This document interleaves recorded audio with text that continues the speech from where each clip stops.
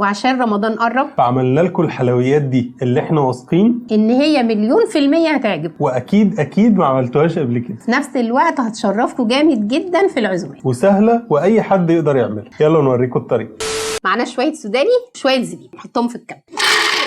ربع كوبايه سكر، ملعقه من القرفه كبيره. حلوه، احنا بنحب القرفه احنا. خدي توت بق ميه، نقطتين كده ميه، يعني بصوا توت نقطه فتفوته حرفيا قد معلقتين كده ولا حاجه. لا اقل يا مؤمن والله. حاضر يا مؤمن. انت يومك اسود. وانت تعملي ايه؟ بصك سكت. ما ولا عملت حاجه والله مش هعمل، ما تخافش. هتضربني. انا مسالمه. مين اللي مسالمه؟ وديهم في طبق. احنا عايزين قوامه كده يعني متماسك، بمعنى اصح هنشكله كور صغيره كده يتشكل معانا. خلاص قلنا ما بحبش الحكي. وريني كده. وريهاني دي. طعمه ايه بقى؟ عاوز حته زبده ونقعد ناكله كده. كده يبقى خلصنا الحشوه. معانا كوبايتين سميد بسبوسه او دقيق بسبوسه، يعني على حسب بتسموه ايه. كوبايه دقيق ابيض مهرمه، يعني مليانه على اخرها. طبعا نفس الكوبايه عايروا بيها كل حاجه بقى. ربع كوبايه سكر، كوبايه 3/4 زبده والباقي زيت. نقلب نقلب. هتلبس جوانتي ولا انا البس جوانتي؟ هنعجن بايدينا؟ لا انا اللي هلبس.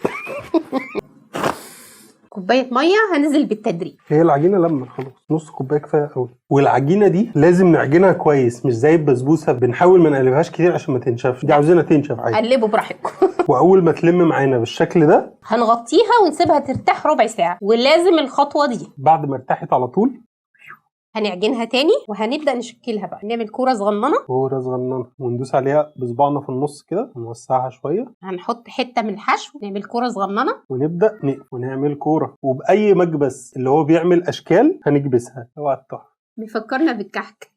كل سنه وانتم طيبين. صح فعلا بجد شبه الكحك.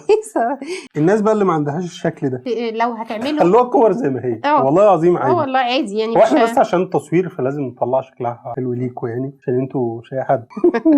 زي ما انتوا شايفين عملوا كميه لا باس بها على فرن ساخن مسبقا، درجه حرارته تقريبا حوالي 180. ياخد لون حلو كده ونجيبه لكم. وطالما وصلتوا للحته دي يبقى اكيد الفيديو عجبكم. ازاي بقى ما تعملوش شير؟ ازاي ما تعملوش كومنت؟ ازاي ما تدخلوش على اليوتيوب اهو.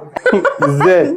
وبعد ما طلعناها من الفرن جمعناها كلها في الصينيه دي، بقت باللون التحفه اللي انتوا شايفينه ده. هنسقيها بقى على طول بالعسل وهي سخنه. العسل بيغلي وهي سخنه وده سخن. مايل كده. وما تقلقوش من كميه العسل، هو هيشربها زي البسبوسه كده.